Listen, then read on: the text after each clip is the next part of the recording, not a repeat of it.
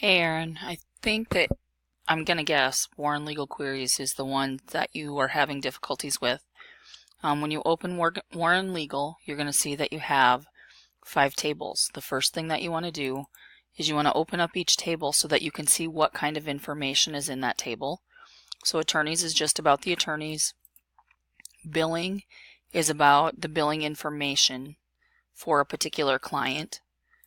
Categories tells you what category of billing they're going to have to provide. The clients would be just the client information. And then the rates would be what they're charging for particular services. So to be able to create your queries, you want to take a look at and see what kind of fields are in each one of these tables. And you might not remember and you might have to go back and look, and that's fine. I'm going to close all these tables and just pull up the instructions quick.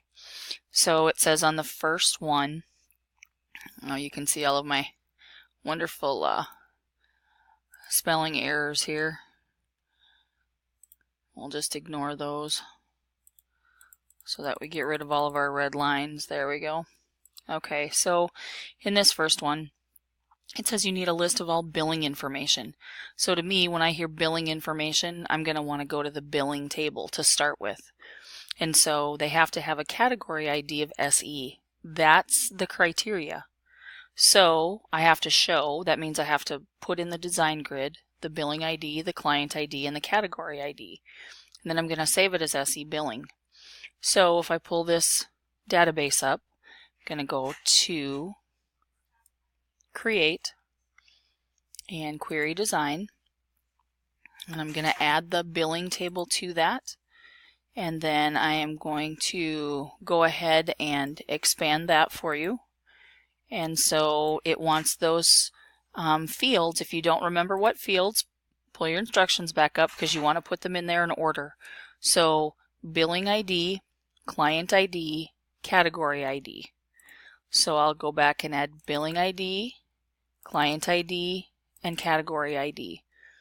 And then I'm going to go ahead, and it said it needed to be in the category of SE.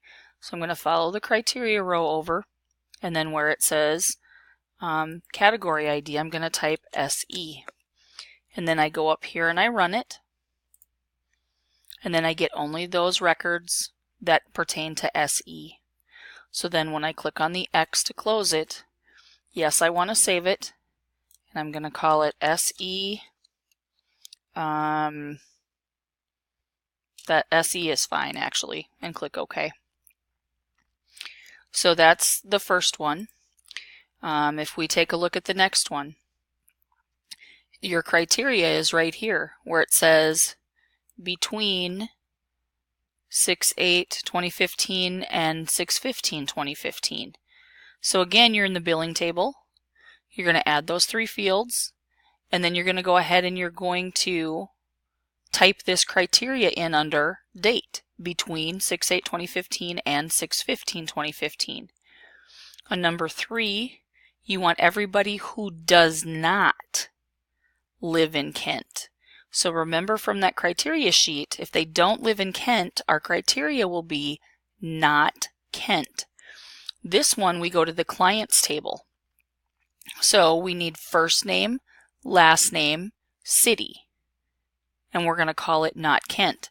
So if I pull that one up, I go to the clients table. And I can see I've got first name, last name, and city in there. And I'm looking and I want everybody who's not in Kent. So I will close the table. I'm going to go to Create, Query Design, add the clients table. Let me expand this out. I'm going to add first name, and I just double click on these, last name, and city. So then under city, under criteria, I type not Kent, and I go ahead and run it, and there are my answers. So I can go ahead and close this and save it, and we're going to call it not Kent, and click OK. And so it will add it over here. So as you go through this sheet, the important thing is to take a look and see what your criteria is. So you may come up with some fields that come from more than one table. You may have to open up more than one table.